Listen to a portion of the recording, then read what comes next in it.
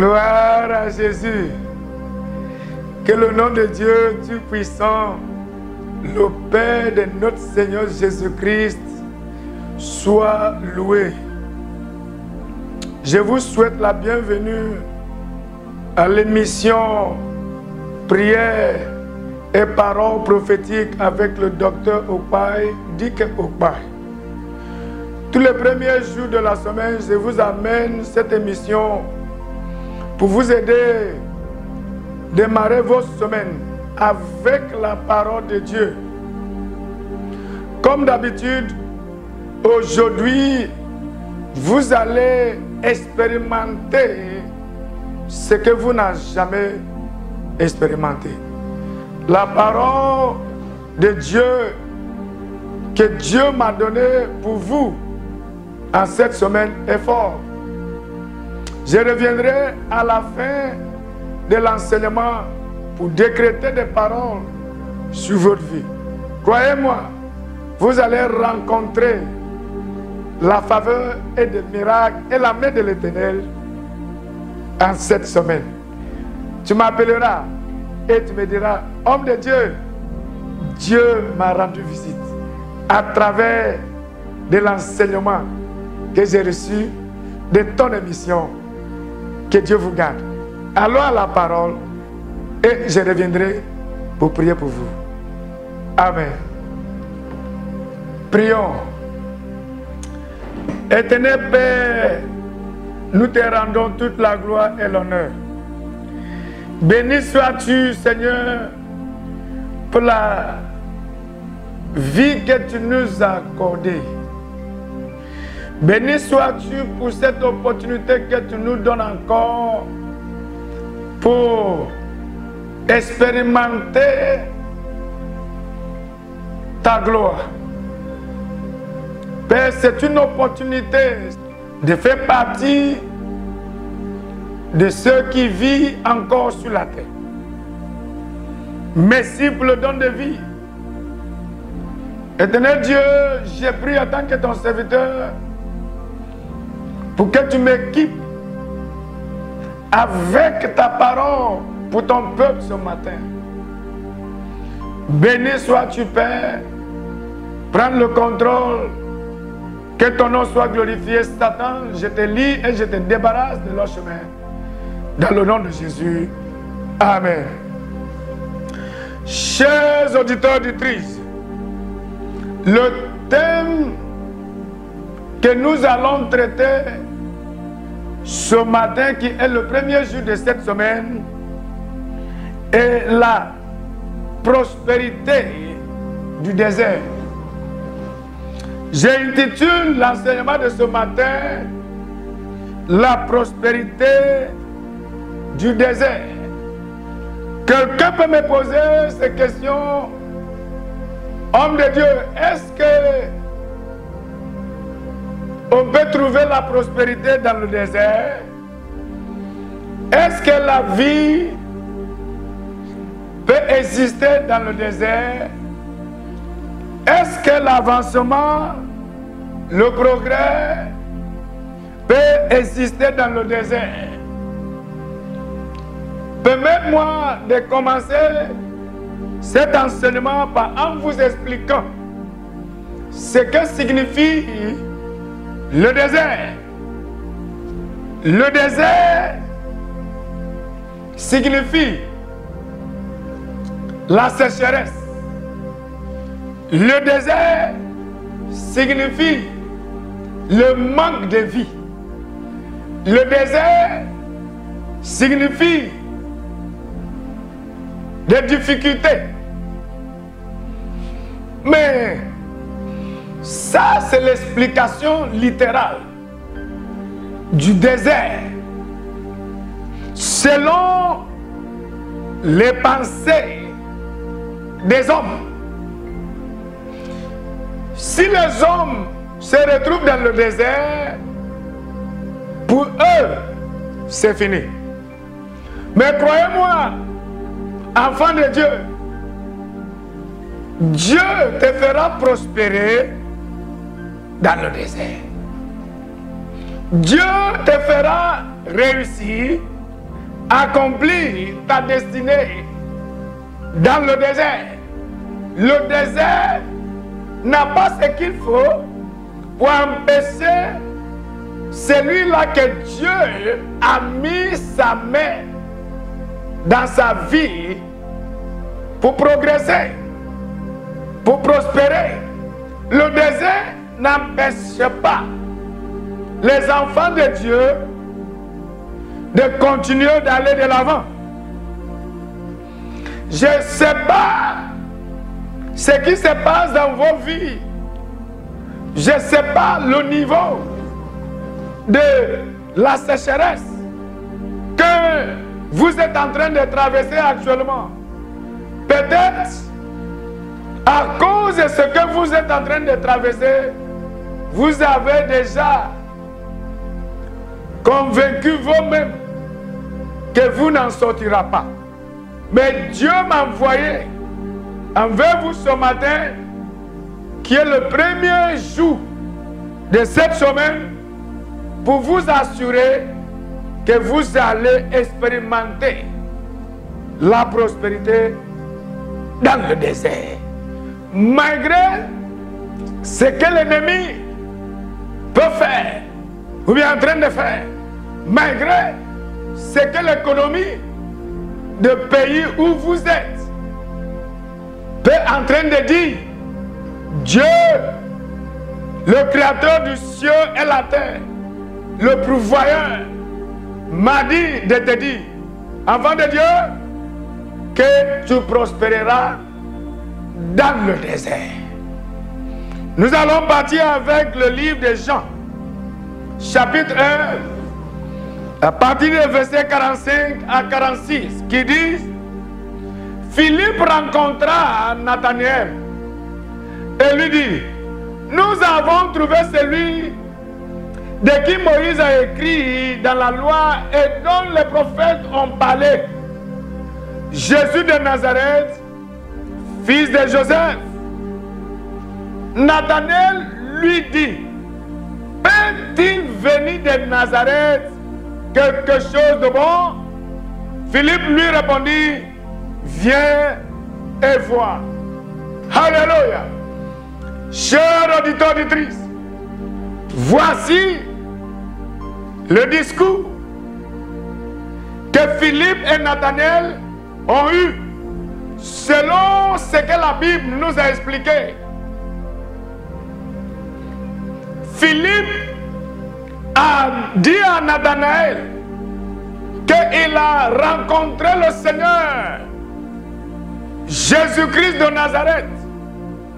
À l'époque, les gens considéraient Nazareth comme le désert, comme un lieu qui ne va jamais produire quelque chose de bon. Les gens voyaient Nazareth comme un lieu maudit. Les gens voyaient Nazareth comme un lieu inutile. Je ne sais pas comment les gens vous voient actuellement. Je ne sais pas comment les gens de vos villages vous voient. Je ne sais pas comment les gens de vos familles vous voient. Peut-être ils ont dit que quelqu'un ne réussira pas, n'accomplira pas de quelque chose de bon dans vos vies, dans vos familles, dans vos villes, comme les gens de l'époque disaient de Nazareth. Peut-être dans vos familles, personne ne réussit. Peut-être dans vos villes, personne ne réussit. Peut-être dans vos villages, personne ne réussit. Nathanaël a demandé ces questions à Philippe. Peut-il venir de Nazareth quelque chose de bon? Wow! Oh, chers frères et sœurs, auditeurs, auditrices, tu utiliseras ta bouche Et tu diras aux gens de venir voir ce que l'Éternel est en train de faire dans ta vie. En cette année 2024, les gens seront étonnés de ce que l'Éternel accomplira dans ta vie. Arrêtez d'accepter l'opinion des gens. Il y a ceux qui ont de mauvaises opinions. Il y a ceux qui ont de mauvaises pensées de vous. Ils ont déjà accepté, signé, disant que tu n'accompliras rien. Non. Mais permets-moi de te dire, enfant de Dieu, aussi longtemps que tu crois en Dieu, tu accompliras quelque chose qui étonnera les gens de ta génération. C'est ce que Dieu peut faire. Dieu utilise les choses que le monde méprise. Dieu utilise les gens que le peuple méprise. Je ne connais pas le nom de cette femme, de cet homme, de ce jeune homme qui vous a méprisé, qui vous déjà méprisé, on vous déjà piétiné, on ne vous considère pas. Ils ont dit, est-ce que quelque chose de bon peut sortir, peut venir de vos villages, de vos familles? Est-ce que les enfants de telle monsieur, de telle femme, peuvent devenir quelqu'un?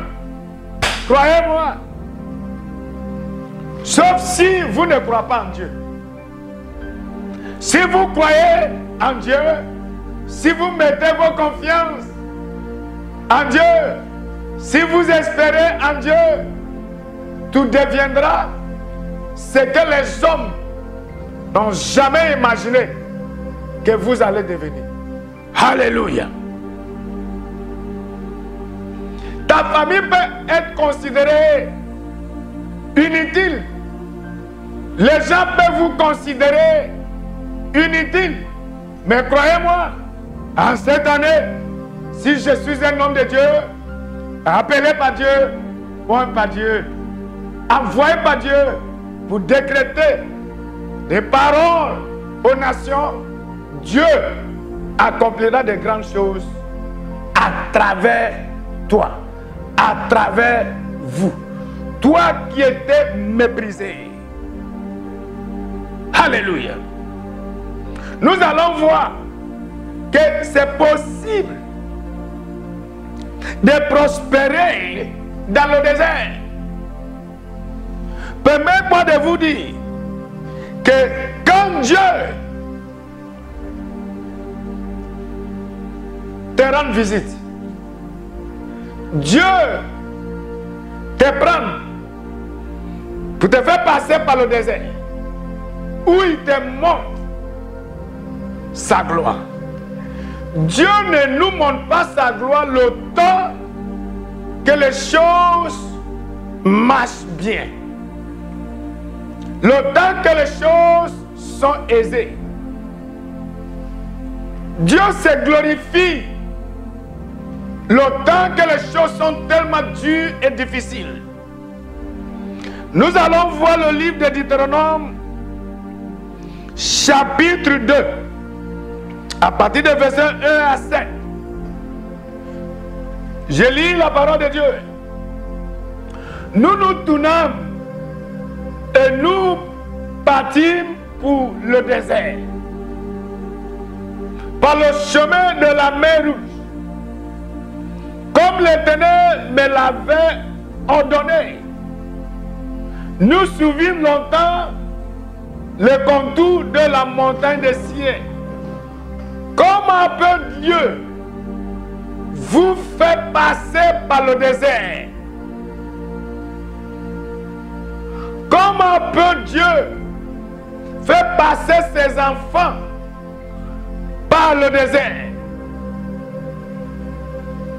Ou bien Dieu ne connaît plus un autre chemin qu'il peut prendre pour amener ses enfants à leur destination.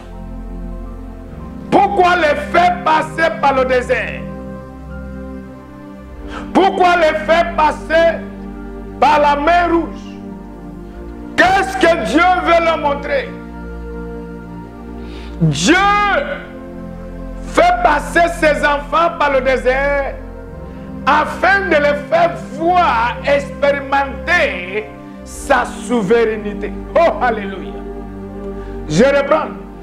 Dieu fait passer ses enfants par des expériences difficiles, dures, dans le but de leur faire voir qu'il est souverain, qu'il a la capacité de changer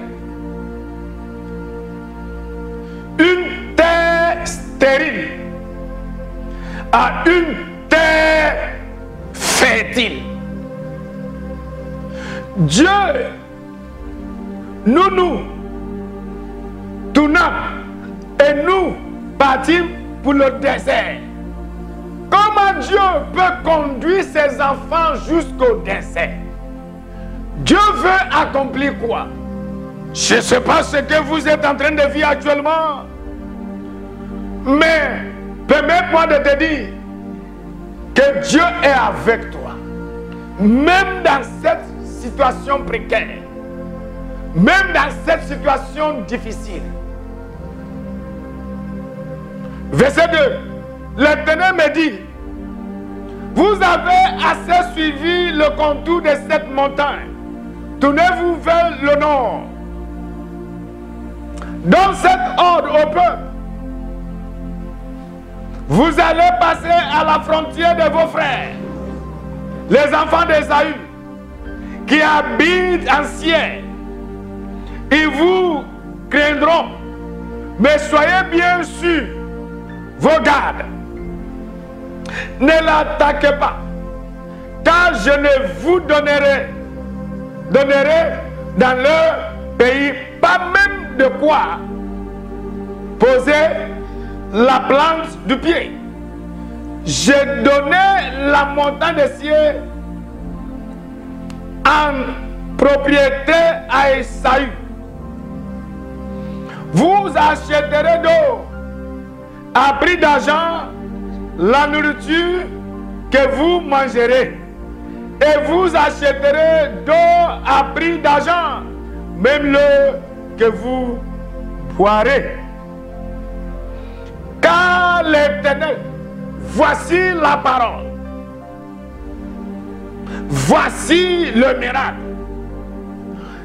Car l'Éternel ton Dieu t'a béni dans tout le travail de tes mains. Il a connu ta marche dans ce grand désert. Point. Voilà 40 années que l'Éternel, ton Dieu, est avec toi. Tu n'as manqué de rien. Pendant 40 années que les enfants de Dieu se promenaient dans le désert. Dans le désert où il n'y a pas la vie. Dans le désert où il n'y a pas la prospérité. Dans le désert où tout ce que tu plantes, tout ce que tu sèmes ne produit pas. Dans le désert où existe la stérilité. La Bible dit, car l'Éternel ton Dieu t'a béni dans tout le travail de tes mains. Il a connu ta marche dans ce grand désert. Écoutez-moi, Dieu peut te bénir dans le désert. Dieu bénit ses enfants. Si l'Éternel te rend visite, le désert se change à une terre fertile, à une terre qui produit. Il a dit, tu n'as manqué de rien. Voilà 40 années que l'Éternel, ton Dieu, est avec toi. Si l'Éternel est avec toi, cher auditeur, auditrice, ce que vous devez poursuivre, chercher en cette semaine est la présence de Dieu. Ce que vous devez chercher avec soin en cette année est la présence de Dieu. Si la présence de Dieu est avec un homme, la présence de Dieu transforme le désert dans sa vie à une terre fertile. Croyez-moi, en cette semaine, tu chanteras. Croyez-moi, en cette semaine, tu danseras. Oui, nous voyons certains qui disent que oui, le pays est gâté, le pays, rien ne marche dans ce pays. Non, écoutez-moi, ce qui fait la différence entre toi et celui qui prospère est la présence de Dieu. Si la présence de Dieu est avec toi, le désert n'existe pas.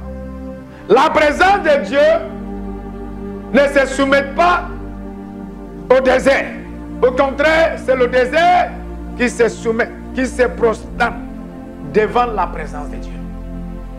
Ce que vous avez besoin en cette semaine est la parole de Dieu.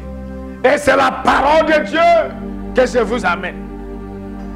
Nous allons voir le livre de Josué, chapitre 1, verset 8, qui dit que ce livre de la loi ne s'éloigne point de ta bouche. Médite-le jour et nuit pour agir fidèlement selon tout ce qui est écrit, car c'est alors que tu auras du succès dans tes entreprises. C'est alors que tu réussiras. Ce qui fait réussir un homme, ce qui donne la réussite, ce qui produit la réussite, la prospérité, quel que soit le lieu où un enfant de Dieu se trouve, est la présence de la parole de Dieu. Enfant de Dieu, auditeur, auditrice, embrasse la parole de Dieu. Accepte la parole de Dieu. Soumettez-vous à la parole de Dieu. Mettez-vous en pratique la parole de Dieu. Et le désert, je répète, le désert qui existe dans vos vies sera transformé à la terre fertile dans le nom de Jésus-Christ de Nazareth. La Bible nous a dit dans le livre de Matthieu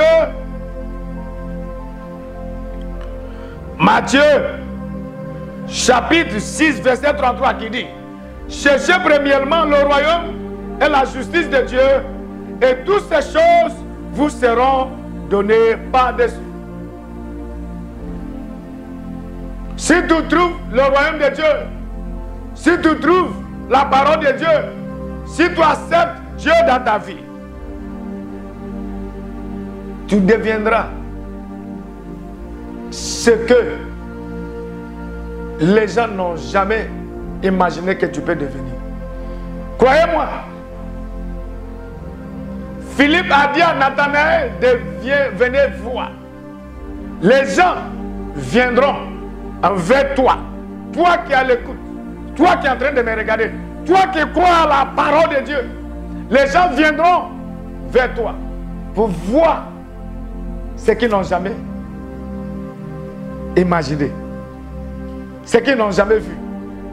Dieu passera par toi pour faire connaître ta famille, pour faire honorer. Les gens honoreront ta famille encore. Les bonnes choses sortiront de toi, de ta famille, dans le nom de Jésus. Je vous bénis. Que Dieu confirme la parole de son serviteur sur vous. Que cette semaine vous favorise. Que la main de l'Éternel soit avec vous.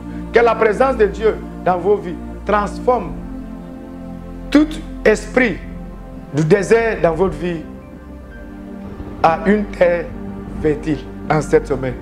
Que Dieu vous bénisse. Amen. Alléluia. Gloire à Dieu. Quelle parole, quel message. Bien-aimés, en cette semaine, l'Éternel transformera toute expérience, sécheresse dans vos vies. L'Éternel opérera de miracles dans vos vies en cette semaine. Croyez-moi, les bonnes choses sortiront de vous. Tu accompliras ta destinée. Ceux qui se moquaient de vous viendront pour se prosterner devant vous et pour vous célébrer. Tu réussiras, croyez-moi. Tu n'es pas n'importe qui. La main de Dieu est sur vous. Je te vois à l'auteur. Je te vois, oui, je suis en train de vous tutoyer. Oui, je te vois à l'auteur. N'accepte pas ce que les gens disent. Refusez d'accepter l'opinion des gens. Ce que les gens pensent de vous n'est pas réellement ce que Dieu pense de toi. Oui, Philippe a dit à Nathanaël, viens voir. J'ai trouvé celui-là que Moïse nous parlait de lui. Mais il a dit, est-ce que quelque chose de bon peut venir de Nazareth? Enfant de Dieu, tu deviendras. Cette semaine, il faut sortir avec l'audace. Il faut sortir avec cette parole. Que tu es un enfant de Dieu. Crier à l'image de Dieu. Que tu es venu sur la terre pour accomplir ta destinée. Que Dieu vous bénisse. Je m'appelle le docteur Okpa Dike Okpa. Je suis le pasteur principal de l'église Le Domaine des Aigles. Nous sommes situés à la Riviera Palmeraie, rond-point d'Ado, sur la route de l'hôtel Bellecote, juste à côté le collège Le Figuier. Le culte commence de 7h à 11h. Venez nous rejoindre. Allons à l'église aujourd'hui et le dimanche, ne reste pas à la maison. Viens à l'église, nous allons louer l'Éternel, adorer l'Éternel et recevoir des paroles prophétiques qui nous guideront tout au long de notre vie. Que Dieu vous bénisse. On sera ensemble encore dans la prochaine semaine. Au revoir.